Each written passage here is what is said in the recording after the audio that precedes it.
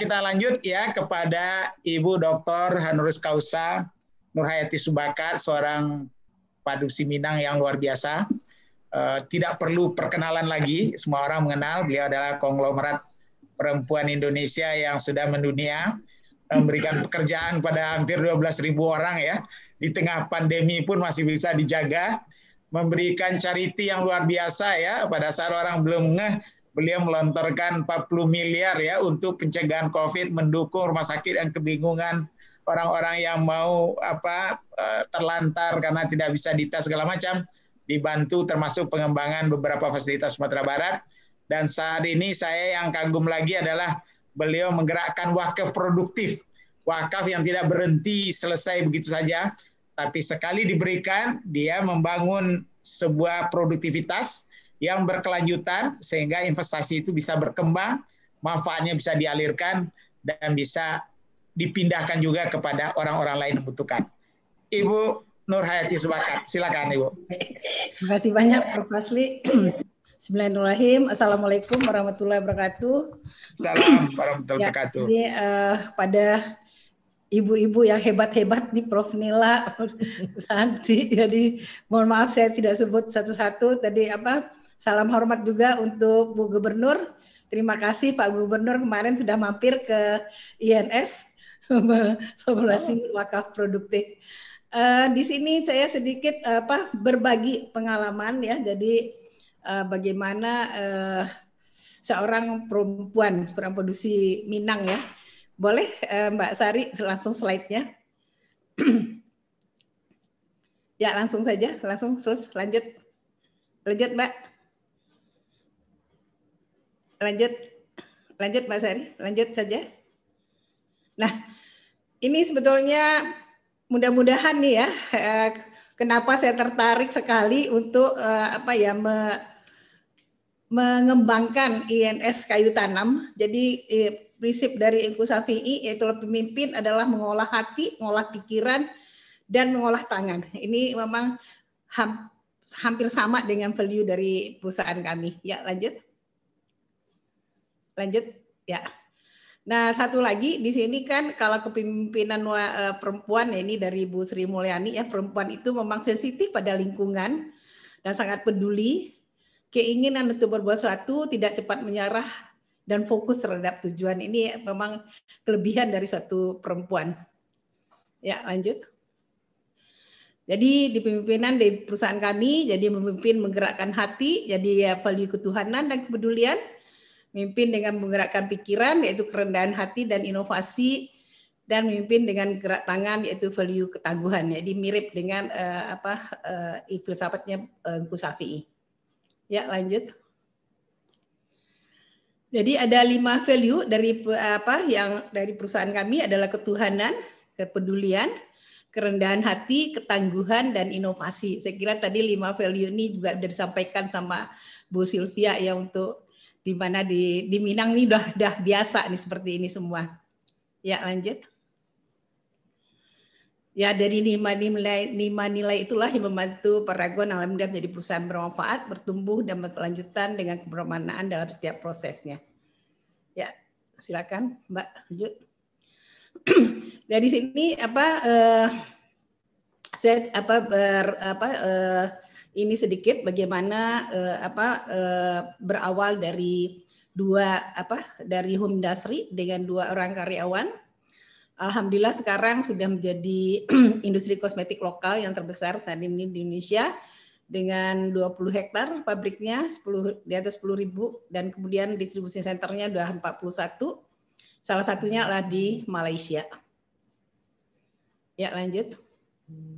Nah, ini bagaimana sejarah perusahaan. Dia berdiri tahun 85, ya 36 tahun yang lalu. Ya, kenapa? Karena saya memang dari pernah berpengalaman 5 tahun dan kemudian sebetulnya lebih ke bagaimana dari seorang perempuan bagaimana lebih mengurus anak-anak lebih fokus lagi, sehingga saya milih keluar dan mendirikan home industry. Dan alhamdulillah juga berkembang ya. Tahun 90 saya dapat ujian yang cukup berat Sebetulnya mungkin lebih berat lagi dari sekarang karena rumah dan kantor terbakar habis waktu itu. Dan kondisinya adalah minus. Kenapa minus? Kami punya pinjaman, tapi banyak piutang tidak bisa banyak yang nggak bisa bayar. Nah, disinilah yang saya rasakan kenapa kami bangkit kembali, karena kepedulian. Jadi kepedulian inilah yang menyebabkan kami bisa bangkit kembali, kepedulian terhadap karyawan dan kepedulian terhadap utang. Kalau saya memikirkan diri sendiri, sebetulnya ya waktu itu ya lebih baik tutup ya, karena suami masih bekerja dan gaji beliau lebih cukup. Sama juga seperti sekarang di zaman pandemi, karena peduli terhadap karyawan, inilah yang menyebabkan semua bersemangat tetap mempertahankan perusahaan ini. Kalau hanya memikirkan uang, barangkali ya dijual gitu ya, karena banyak multinasional yang udah beli dengan harga yang lumayan gitu. Tapi inilah semangat kami, bagaimana ya kepedulian terhadap orang lain, bagaimana hidup bermanfaat, itu yang membuatkan kita semangat. Dan singkat kata, dari 90 itu banyak pertolongan Allah yang saya rasakan, sehingga bisa bangkit kembali. Kemudian tahun 95 kita juga mengeluarkan wadah, ini juga kerjasama dengan pesantren Hidayatullah. Dan itu juga nggak langsung sukses, tetapi kami bisa bangkit kembali. Tahun 98, seperti kita ketahui ada krisis, banyak yang bergabung dengan multi level. Kami waktu itu supply multi level sehingga malah berkembang, malah kami bangun pabrik kedua. Jadi di sini saya merasakan bagaimana kita selalu ikhtiar, insya Allah banyak kemudahan dari Allah SWT. Nah ini yang saya rasakan sebetulnya adalah pendidikan dari ibu saya, almarhumah ibu saya sering menyampaikan, kita nggak usah khawatir, setiap kesulitan insya Allah ada kemudahan. Ibu saya adalah seorang orang tua tunggal dengan 8 anak, bisa meneruskan anak-anaknya ke perguruan tinggi. Jadi itulah mimpi kami. Kemudian juga bapak saya juga seorang pedagang dan ketua Muhammadiyah, orang sangat sosial, itu pun yang menginspirasi kami sampai saat ini. Jadi ini yang saya rasakan. Kemudian tahun 2002, 2003 anak saya sudah mulai gabung. Nah di sini ininya kolaborasi. Jadi sebetulnya kolaborasi ini juga sudah tidak asing lagi dengan di Minang ya. Basamo mau ke Menjadi, kemudian Ringan sama di Jinjing, Barik semua di Pikua. Nah inilah yang ini kan kami kerjakan di perusahaan ini. Ya. Berikut, lanjut.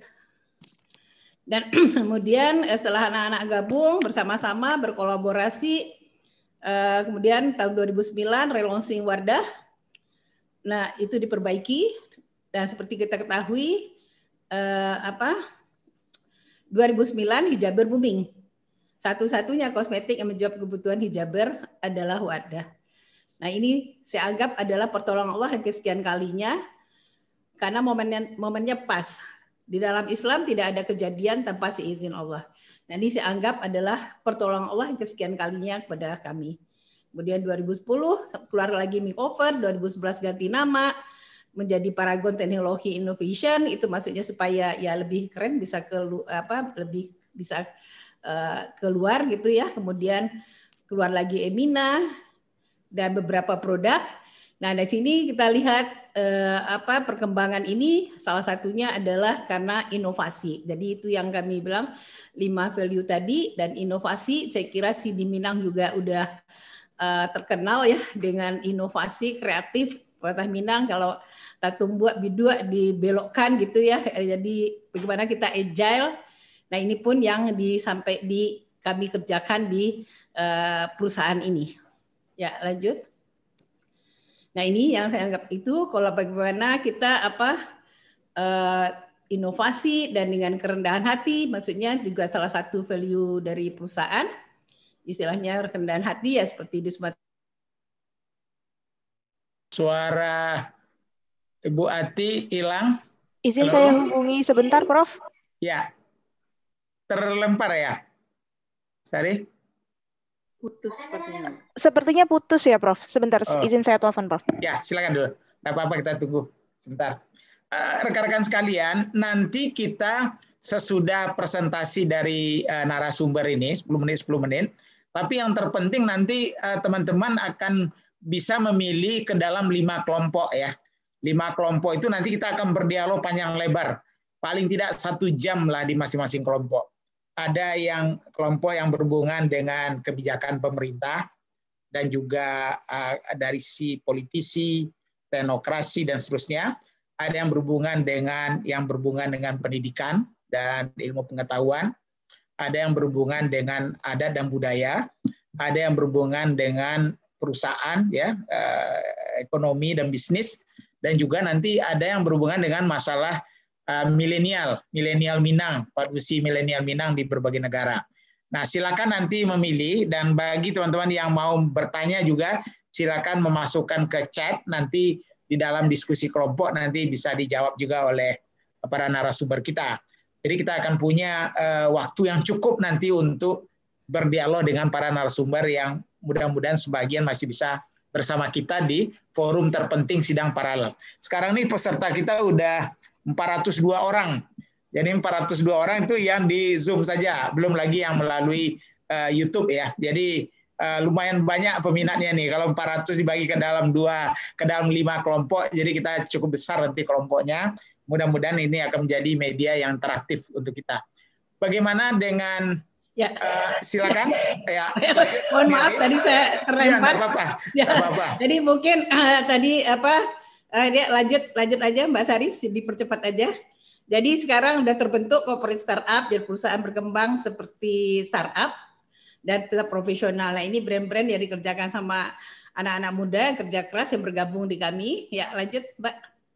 Dipercepat aja. Dan ini prestasinya ya. Jadi alhamdulillah Wadah sekarang udah market leader dan pernah juga dibahas di Harvard Business Review dan pernah juga disampaikan di suatu di Paris kalau Wadah adalah global fastest growing brand nomor 6 di dunia. Ya, lanjut. Nah, ini kami posisinya Makeup udah nomor 1, ini udah tahun ke-5, Moisturizer juga nomor 1, mengalahkan semua brand-brand termasuk brand multinasional, dan Cleanser nomor 3. Di tengah pandemi kami pun juga masih memimpin pasar, alhamdulillah. Ya, lanjut. Nah, visi kami menjadi perusahaan yang berkomitmen untuk memiliki pengolahan terbaik dan berkembang terus-menerus dengan bersama-sama menjadikan hari ini lebih baik dari hari kemarin melalui produk berkualitas dan bermanfaat bagi para gonian, mitra, masyarakat, dan lingkungan. Jadi intinya perusahaan ini bagaimana berkembang terus-menerus dan bermanfaat untuk orang lain. Ya, lanjut. Nah, ini yang dijabarkan misi mengembangkan Paragonian, mencapai kebaikan, perbaikan berkesinambungan, tumbuh bersama-sama, memelihara bumi dan mendukung pendidikan dan kesehatan. Ini adalah dasar kami dan mengembangkan bisnis. Ya, lanjut.